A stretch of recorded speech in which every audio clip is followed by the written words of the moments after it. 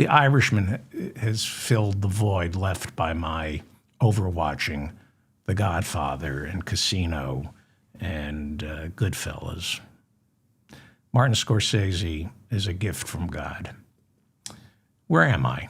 Anybody still here? And if so, why? Back to the Strait of Hormuz. Or do you want me to talk about the Battle of Thermopylae? So I can seem smart. So the CBC says where am I? The CBC says the Strait of Hormuz is so narrow it only has room for 2 lanes. One for tankers going in empty and the other for tankers going out filled with oil. That makes it what is called a target-rich environment for short-range Iranian missiles that take only seconds to hit their bullseye. The CBC says America's Navy is accustomed to the open seas where they have minutes, sometimes even an hour, to prepare for a missile or a drone strike. But when you're squeezing through the Strait of Hormuz, those missiles come in fast. You only have seconds to shoot them out of the sky. And again, the Iranians are swarming the enemy with hundreds of drones at one time. All it takes is one to get through. All it takes is one sunken ship to clog the Strait of Hormuz. The CBC says Iranians are prepared to swarm American ships in the strait with drones, missiles, and suicide jet skis. Now, I've read Iran has 5,000 sea mines. That's a lot. But the CBC says all Iran needs are 3.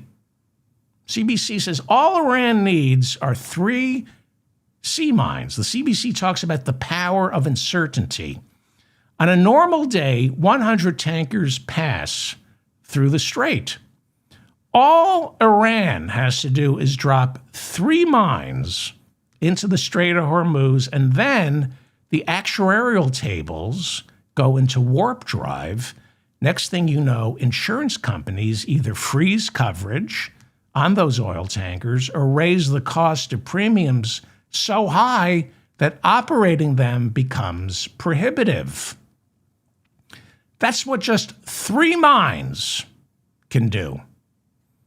They're like those IEDs in Iraq. They cost nothing. And the Pentagon knew this. Trump just didn't listen. The Pentagon knew this. They've been gaming the shutdown of the Strait of Hormuz for decades. They've simulated this scenario countless times. They knew exactly what would happen. But Trump repeatedly says, I know more than the generals, who he has called a bunch of dopes and babies. That's Trump in military school when he was a teenager. His father sent him off to military school, and Trump loved it. Trump loved everything about the military except the actual serving in the military, which is why he got 6 draft deferments during the Vietnam War. But he likes to dress up, right? When he was a teenager, he liked to dress up. When he went to military school, he liked to march in formation. He liked to give orders. Just didn't want to actually be in the real military. So he is not a student of war. Iran is engaging in psychological warfare, which is a form of terrorism. As I said on the last show, and as I just said, Iran doesn't need to sink a single tanker in the Strait of Hormuz. It just has to threaten to sink one. And then those tankers are stranded with their insurance rates becoming unaffordable, which also adds to the price of oil. 20 million barrels of oil are supposed to pass through the Strait of Hormuz every day. Every single drop of oil produced by Kuwait, Qatar, and Bahrain right now is unable to make it to market because all of their oil has to pass through the Strait of Hormuz. Kuwait, Qatar, Bahrain can't get their oil out unless it passes through the Strait of Hormuz. The first Gulf War was about what?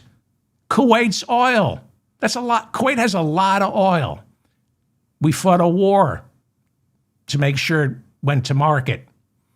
Can't pass through the Strait of Hormuz.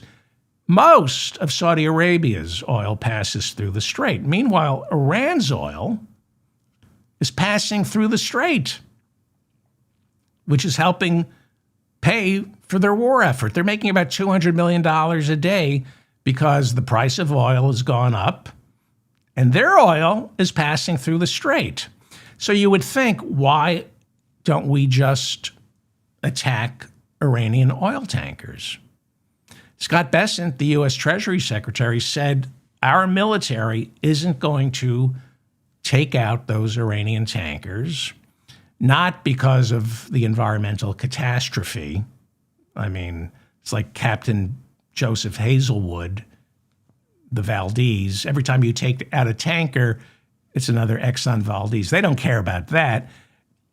They want to keep the price, they want to prevent the price of oil from going up any further. So you take out an Iranian tanker filled with oil heading to China and India, that tanker goes down, the price of oil rises. They don't care about the planet. They care about the price of oil.